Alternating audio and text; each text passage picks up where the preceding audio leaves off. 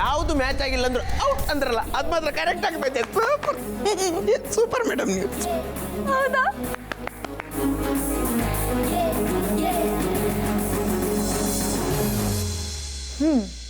ಇವತ್ತು Leela easy coat ಹಾಕೊಂಡು easy ಥರ ಆಡ್ತಿದ್ದಾಳೆ. ಎಲ್ರ ಮುಂದೆ ಅಷ್ಟೊಂದು ಸ್ಟೈಲ್ ಮಾಡ್ತೀಯಲ್ವಾ? ನೋಡ್ತಾ ಇರು ಇವತ್ತು ನಾನು ನಿನಗೇನು ಮಾಡ್ತೀನಿ ಅಂತ.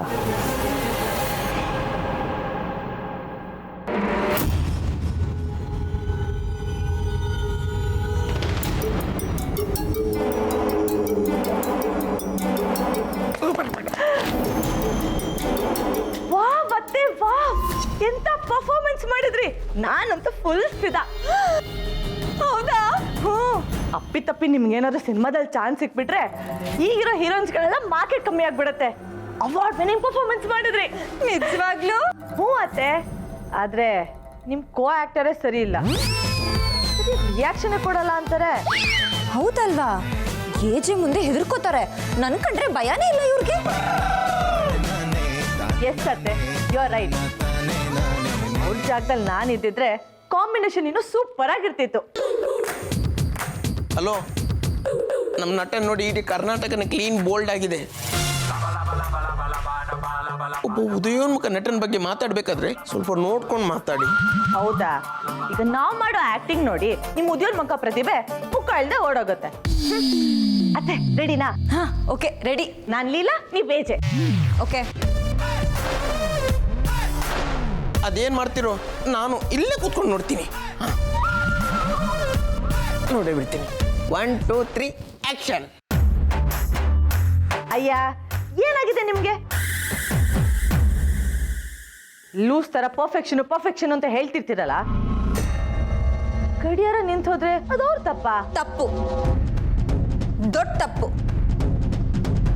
ನಿಂತೋಗಿರೋ ಗಡಿಯಾರದಲ್ಲಿ ಸಮಯ ನೋಡೋದು, ಸತ್ತೋಗಿರೋ ಹೆಣದ ಜೊತೆ ಜೀವನ ಮಾಡೋದು ಎರಡೂ ಒಂದೇ.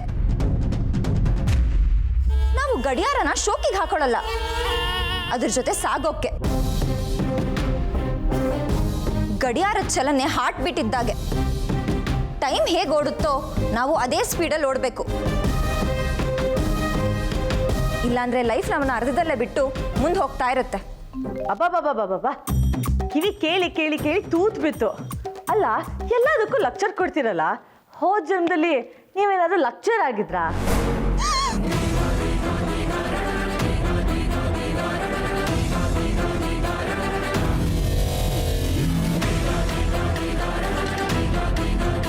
ಅಯ್ಯೋ ಲಕ್ಷ್ಮಿ, ಏನಿದು? ಏನ್ ಮಾಡ್ದೆ? ಅಯ್ಯೋ ಅತ್ತೆ, ನೀವು ಆ ಥರ ರಿಯಾಕ್ಷನ್ ಕೊಡಬಾರ್ದು. ಅದು ಲೀಲಾ ರಿಯಾಕ್ಷನು. ನಾನು ಈ ಥರ ಸಾಸ್ ಚೆಲ್ದಾಗ. ಲಕ್ಷ್ಮಿ, ಮತ್ತೆ ಹಾಕದ್ಯಲ್ಲ, ನಾನು ಏನ್ ಮಾಡ್ಲಿ ಇವಾಗ? ಅತ್ತೆ, ನಾನು ಇದನ್ನೇ ಹೇಳ್ತಿರೋದು. ಮತ್ತೆ ಅದೇ ರಿಯಾಕ್ಷನ್ ಕೊಡ್ತಿದ್ದೀರಲ್ಲ, ನಂಗೆ ಅದು ಬೇಡ. ಏಜೆ ಥರ what is this nonsense, you idiot, out ಅಂತ ಹೇಳ್ಬೇಕು. ಹೇಳಿ ನೋಡೋಣ. ಆಕ್ಟಿಂಗ್ ಮನೆ ಹಾಳಾಗೋಯ್ತು. ಏಜ್ ಏನಾದ್ರು ಇದನ್ನ ಈಗ ನೋಡಿದ್ರೆ ನನ್ನ ಚಟ್ನಿ ಮಾಡ್ಬಿಡ್ತಾರೆ. ಅಯ್ಯೋ ಸಾರಿ ಅತ್ತೆ, ಗೊತ್ತಾಗ್ಲಿಲ್ಲ. ಕೆಲಸ ಆಗೋಯ್ತು.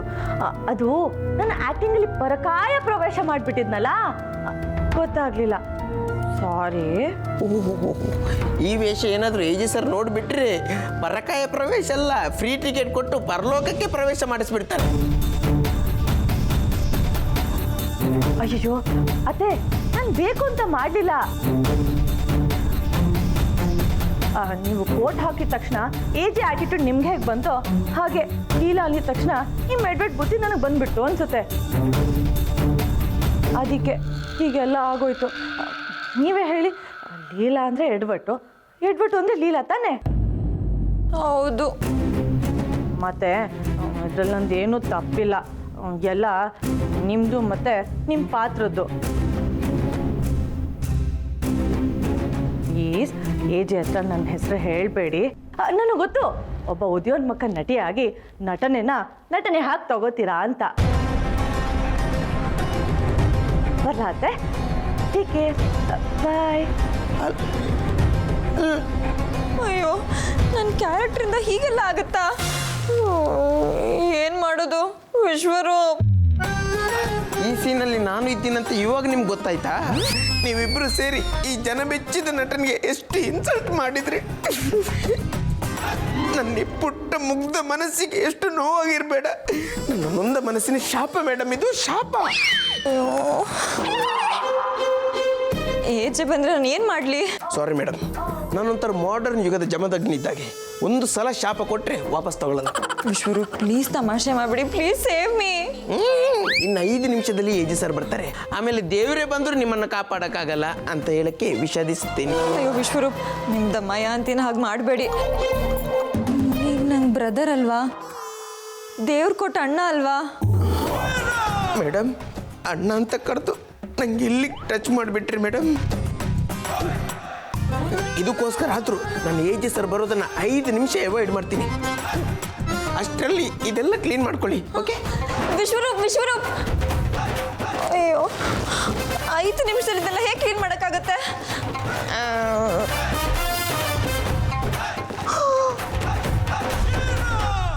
ನಾನು ಹೇಳಿರೋ ಪಾಯಿಂಟ್ಸ್ ಎಲ್ಲ ಇಡೀ ಟೀಮಿಗೆ ಕ್ಲಿಯರ್ ಇದೆ ಅನ್ಕೋತೀನಿ. Look, I want productivity, I expect results. ನಮಸ್ಕಾರ ಅಜಯ್, ಹೇಗಿದ್ದೀರಾ? ನಿಮಗೇನು ಬಿಡಿ, ನೀವು ಮಾಡಿರೋ ಒಳ್ಳೆ ಕಾರ್ಯಗಳಿಂದ ಆ ಭಗವಂತ ನಿಮ್ಮನ್ನು ಯಾವಾಗಲೂ ಚೆನ್ನಾಗೇ ಇಟ್ಟಿರ್ತಾನೆ. ನೀವು ಚೆನ್ನಾಗಿರ್ಬೇಕು ಅಜಯ್. ಕಾಫಿ ಕೊಡು. ಹಾಂ ಅಜಯ್, ತಗೊಳ್ಳಿ. ಅರ್ಥ ಇಲ್ದಿರೋ ಮಾತೆಲ್ಲ ಕೇಳೋಷ್ಟು ಟೈಮ್ ನನಗಿಲ್ಲ.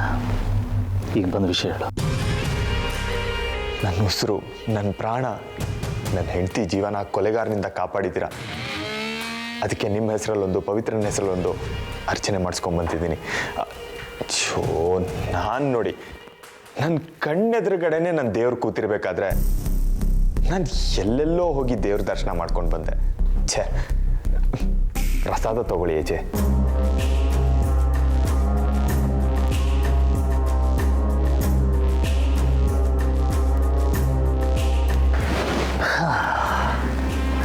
ದೇವ್, ನಿನ್ನ ಈ ಆ್ಯಕ್ಟಿಂಗ್ ಟ್ಯಾಲೆಂಟ್ ಎಲ್ಲ ನನ್ನ ಮುಂದೆ ತೋರಿಸ್ಬೇಡ. ನನಗೊಂಥರ ಇರಿಟೇಟ್ ಆಗುತ್ತೆ. ನಿನಗೊಂದು ಅಡ್ವೈಸ್ ಕೊಡಲಾ? ಆದಷ್ಟು ಬೇಗ ಇಲ್ಲಿಂದ ಹೊರಟೋಗು, ಅದು ನಿನಗೆ ಒಳ್ಳೆಯದು. ಸಾರಿ ಅಜಯ್, ನೀವು ಬೈಯೋದಿರಲಿ. ಈ ಮನೆಯಿಂದ ಕುತ್ತಿಗೆ ಹಿಡಿದು ಆಚೆ ತಪ್ಪಿದ್ರು ನಾನು ಮಾತ್ರ ಹೋಗಲ್ಲ ಅಜಯ್.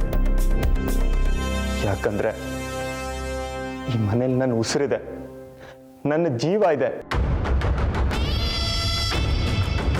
ಪ್ರಾಣಕ್ಕೆ ಪ್ರಾಣ ಅಂತ ಪ್ರೀತಿಸಿರೋ ನನ್ನ ಹೆಂಡತಿ ಇಲ್ಲಿದ್ದಾಳೆ. ಮೊದಲು ಅವಳು ಹುಷಾರಾಗಬೇಕು, ಆಮೇಲೆ ನಾನು ಈ ಮನೆ ಬಿಟ್ಟು ಹೋಗೋದು.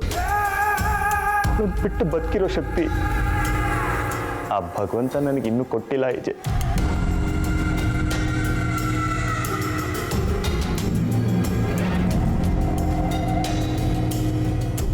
ಗುಡ್. ನೀನು ನಿಜವಾಗ್ಲೂ ನೀನು ಹೆಂಡ್ತಿನ ಅಷ್ಟೊಂದು ಪ್ರೀತಿಸ್ತಿದ್ದೆ? ಎಂಥ ಮಾತು ಹೇಳ್ಬಿಟ್ರಿ ಅಜಯ್. ಹೆಂಡ್ತಿನ ಪ್ರೀತಿಸದೇ ಇರೋ ಗಂಡ ಯಾರಾದರೂ ಇರ್ತಾರಾ? ಸಾರಿ, ನೀವು ನಿಮ್ಮ ಹೆಂಡತಿ ಯಾವಾಗಲೂ ಕಿತ್ತಾಡ್ತಾನೆ ಇರ್ತೀರಾ.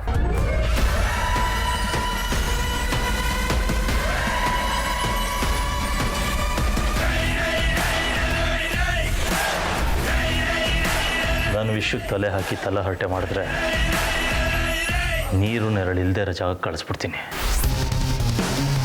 ನಿನಗೆ ಈ ಮನೇಲಿ ಇಷ್ಟು ಗೌರವ ಸಿಗ್ತಾ ಇದೆ ಅಂದರೆ ಅದಕ್ಕೆ ಕಾರಣ ಸರು. ಅವಳಿರಲಿಲ್ಲ ಅಂದರೆ ನಿನ್ನ ಜಾಗ ಏನಿದ್ರು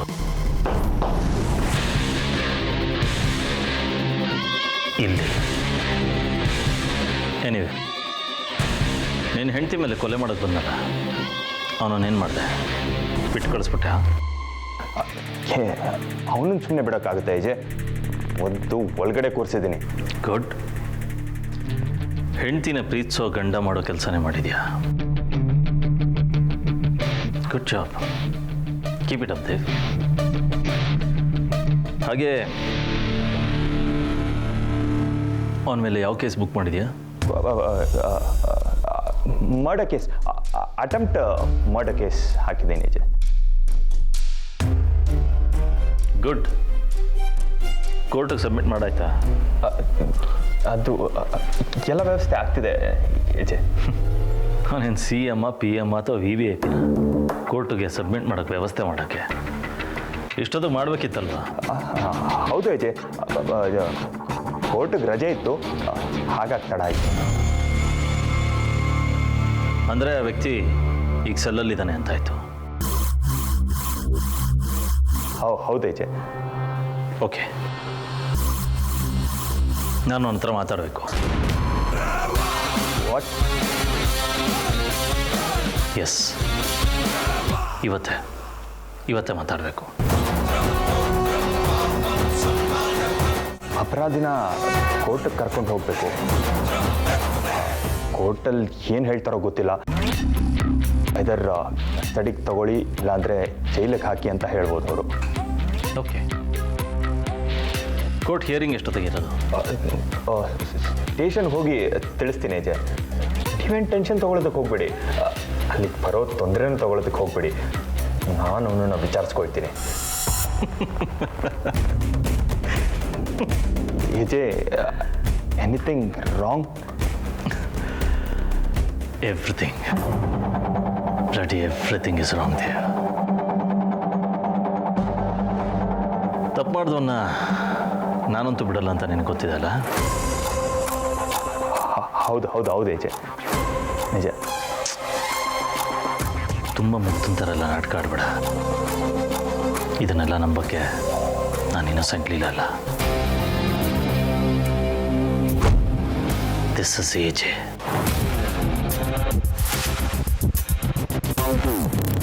ಒಂದು ವಿಷಯದ ಬಗ್ಗೆ I am very sure Dev. ಪವಿತ್ರ ವಿಚಾರದ ತಪ್ಪು ಮಾಡಿದವನು ಕಾನೂನಿಂದ ತಪ್ಪಿಸ್ಕೊಂಡ್ರು, ನನ್ನಿಂದ ತಪ್ಪಿಸ್ಕೊಳ್ಳೋಕ್ಕೆ ಸಾಧ್ಯ ಇಲ್ಲ.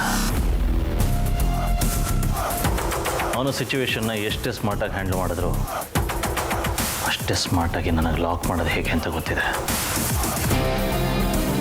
ಕೊಲೆಗಾರ ನನ್ನ ಮುಂದೆ ಬಂದು ನಿಂತ್ಕೊಂಡಾಗ ಇವನೇ ಕೊಲೆಗಾರ ಅಂತ ನನಗೆ ಗೊತ್ತಾಗುತ್ತೆ. ಹೇಗೆ ಗೊತ್ತಾ? ನಾನು ಮುಂದೆ ಅವನು ನಿಂತ್ಕೊಂಡಾಗ ಅವನ ಕಣ್ಣಲ್ಲಿ ಕಾಣೋ ಭಯ, ಅದನ್ನು ಹೇಳೋದಕ್ಕೆ I am just waiting for a proof. ಸಿಗತ್ತೆ, ಕೊಲೆಗಾರ ಡೆಫಿನೆಟ್ಲಿ ಸಿಗ್ತಾನೆ.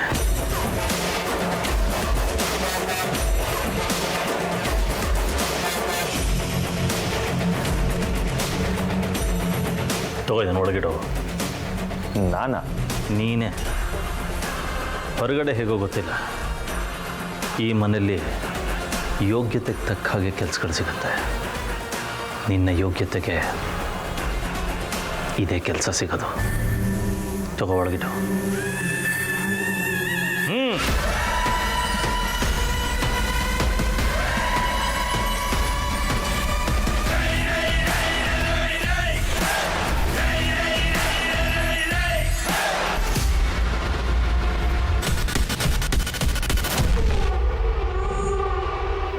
ಆಹಾ, ಏಜೆ ಇವತ್ತೊಳಗೆ ಸರಿಯಾಗಿ ಕ್ಲಾಸ್ ತಗೊಂತಾರೆ. ನನಗಂತೂ ಸಖತ್ ಖುಷಿ ಆಗ್ತಿದೆ. ಇದೇ ಖುಷಿಗೆ ಪಾರ್ಟಿ ಮಾಡಬೇಕು. ಲಕ್ಷ್ಮಿ, ಗೂಡಿ ನುಗ್ದಾಗ ನುಗ್ತಾ ಇದೆಯಲ್ಲ, ಕಣ್ಣು ಎಲ್ಲಿದೆ ನಿನ್ಗೆ? ಸಾರಿ ಅಕ್ಕ, ಅದು ಖುಷಿಯಲ್ಲಿದ್ನಲ್ಲ, ನೋಡ್ಲಿಲ್ಲ. ನಮ್ಮ ಮನೇಲಿ ಖುಷಿ ಪಡೋ ಅಂತ ವಿಚಾರ ಏನಿದೆ? ಅದು ನಮ್ಮ ವಿಷಯದಲ್ಲಿ ಹೆಜ್ಜೆ ಹೆಜ್ಜೆಗೂ ಬರೀ ಸೋಲು ಸೋಲು ಸೋಲು. ಇಲ್ಲ ಅಕ್ಕ, ಇವತ್ತು ನಿಮ್ಗೊಂದು ಗುಡ್ ನ್ಯೂಸ್ ಇದೆ. ಆ ಲೀಲಾ ಏಜೆಕಲ್ ಬೆಳೆಸ್ಕೊಳ್ಳೋದಂತೂ ಗ್ಯಾರಂಟಿ ಅಂತ ಕೆಲಸ ಮಾಡಿ ಬಂದಿದ್ದೀನಿ. ಏನು ಅಕ್ಕ, ಅದೇನಾಯ್ತು ಅಂದ್ರೆ,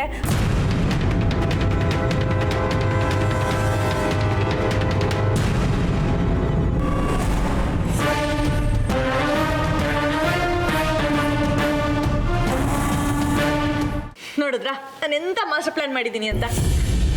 ಇದು ಮಾಸ್ಟರ್ ಪ್ಲಾನ್ ಅಲ್ಲ, ಮಾಂಟೆಸರಿ ಮಕ್ಕಳು ಮಾಡೋ ಪ್ಲಾನ್. ಸ್ವಲ್ಪನೂ ಬುದ್ಧಿ ಬೇಡವಾ ನಿಂಗೆ? ದಡ್ಡಿ ದಡ್ಡಿ ನೀನು.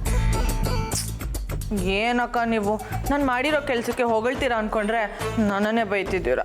ಏನ್ ಮಹಾ ಕೆಲಸ ಮಾಡಿದ್ಯಾ ಅಂತ ನಿನ್ನ ಹೊಗಳ್ಬೇಕು? ಅವಳು ನಮಗೆ ದೊಡ್ಡದಾಗಿ ಏಟ್ ಕೊಡ್ತಾ ಇದ್ದಾಳೆ. ಅವಳನ್ನ ದೊಡ್ಡದಾಗಿ ಹೊಡೆಯೋದು ಬಿಟ್ಟು ಈ ಥರ ಚಿಲ್ಲರೆ ಕೆಲಸ ಮಾಡಿಕೊಂಡು ಒಟ್ಟಿನಲ್ಲಿ ದೊಡ್ಡ ಲೆವೆಲಲ್ಲಿ ಯೋಚನೆ ಮಾಡಕ್ ಬರೋದೇ ಇಲ್ಲ ಅಲ್ವಾ ನಿಮಗೆ? ಅಲ್ಲ ಅಕ್ಕ, ಸಣ್ಣ ಸಣ್ಣ ಅವಕಾಶಗಳನ್ನ ಬಳಸ್ಕೋಬೇಕು ಅಂತ ನೀವು ತಾನೇ ಹೇಳಿದ್ರಿ. ಸಿಕ್ತು ಬಳಸ್ಕೊಂಡು ಸಣ್ಣದಾಗಿ ಹೊಡೆದೆ, ಅದ್ರಲ್ಲಿ ತಪ್ಪೇನು? ಸಣ್ಣ ಸಣ್ಣ ಅವಕಾಶನೂ ಬಳಸ್ಕೋಬೇಕು ಅಂತ ಹೇಳ್ದೆ ನಿಜ, ಆದ್ರೆ ಸಣ್ಣದಾಗಿ ಹೊಡಿಬೇಕು ಅಂತಲ್ಲ.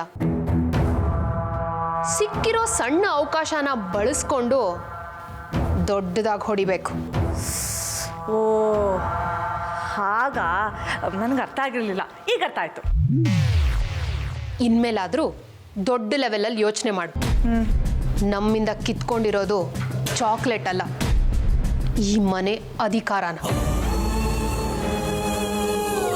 ನೆನ್ಪಿರ್ಲಿ ನಿನ್ಗೆ. ಹ್ಞೂ ಅಕ್ಕ, ಇನ್ಮೇಲಿಂದ ನಿಮ್ಮ ಥರನೇ ನಾನು ದೊಡ್ಡ ಲೆವೆಲಲ್ಲಿ ಯೋಚನೆ ಮಾಡ್ತೀನಿ. ಅಕ್ಕ, ವಾವ್, ಈ ನೆಕ್ಲೆಸ್ ಡಿಸೈನ್ ಹೇಗಿದೆ ಅಂತ ಹೇಳಿ.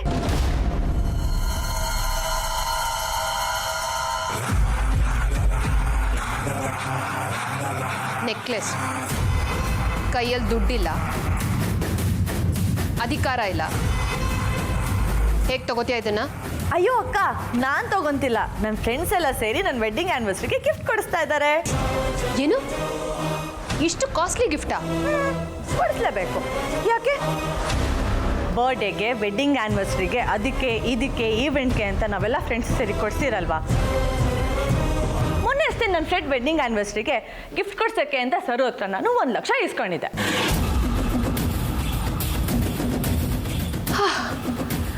ಸರು ಹತ್ರ ಇಸ್ಕೊಂಡಿದ್ದು 1 ಲಕ್ಷದ ಪಾಯಿಂಟೇ ಮರ್ತು ಹೋಗಿತ್ತಲ್ಲ. ಒಳ್ಳೆ ಟೈಮಿಗೆ ನೆನ್ಪಾಡ್ದೆ ಲಕ್ಷ್ಮಿ. ಈಗ ಲೀಲಾ ಮೇಲೆ ಪ್ರಯೋಗ ಮಾಡಕ್ಕೆ ಒಳ್ಳೆ ಬಾಣ ಸಿಕ್ತಾಗತ್ತು. ಬಾಣನ? ಸರು ಕೊಟ್ಟಿರೋ ಈ ದುಡ್ಡಿಗೆ ಲೆಕ್ಕ ಇಲ್ಲ. ಅಧಿಕಾರ ಸಿಕ್ತು ಅನ್ನೋ ದರ್ಬಾರಲ್ಲಿ 1 ಲಕ್ಷನ ಧಾರಾಳವಾಗಿ ಕೊಟ್ಟಿದ್ದಾಳೆ. ಆದರೆ ಇದರ ಇಂಪ್ಯಾಕ್ಟ್ ಬೀಳೋದು ಸರು ಮೇಲಲ್ಲ, ಆ ಲೀಲಾ ಮೇಲೆ. ಲೀಲಾ ದೊಡ್ಡ ಎಡವಟ್ರಾಣಿ. ಸರು ಇಲ್ಲಿವರೆಗೂ ಯಾವ ಕೆಲಸನೂ ಪೂರ್ತಿಯಾಗಿ ಮಾಡಿದ್ದೇ ಇಲ್ಲ. ಇವರಿಬ್ರು ಸೇರಿ ಮಾಡಿರೋ ಈ 1 ಲಕ್ಷದ ಬಿಸ್ನೆಸ್ಸು ಆ ಲೀಲಾಗೆ ತಿರುಗುಬಾಣ ಆಗತ್ತೆ.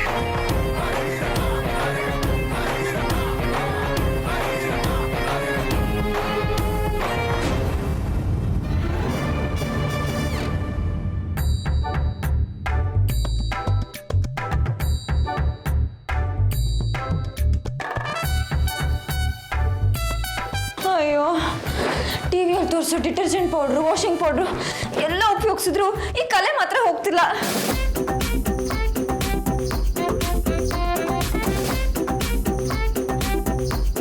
ಪಾರ್ವತಿ ದೇವಿ ಸ್ನಾನ ಮಾಡ್ತಿರ್ಬೇಕಂದ್ರೆ ಗಣೇಶ ಬಾಗಿಲು ಕಾಯೋ ಥರ ಇದೆ ಈ ಸೀಳು. ಇನ್ನು ಶಿವ ಬಂದು ನನ್ನ ತಲೆ ಕಟ್ ಮಾಡ್ತಾರೋ ಅಥವಾ ಇಂಕ್ರಿಮೆಂಟೇ ಕಟ್ ಮಾಡ್ತಾರೋ ಒಂದೂ ಗೊತ್ತಾಗ್ತಿಲ್ಲ. ಈ ಕಲೆ ಹೀಗೆ ಹೋಗಲ್ಲ. ಆ ಸರ್ವರ್ ಸೋಮಣ್ಣ ಪಿಕ್ಚರಲ್ಲಿ ಜಗಣ್ಣವ್ರು ಹೋಗಿತ್ತಾರಲ್ಲ, ಆ ಥರ ಬಟ್ಟೆ ಒಗಿಬೇಕು. ಹೋಗು, ಅಲ್ಲೇ ಹೋಗು, ಹೋಗು ಹೋಗು ಹೋಗು.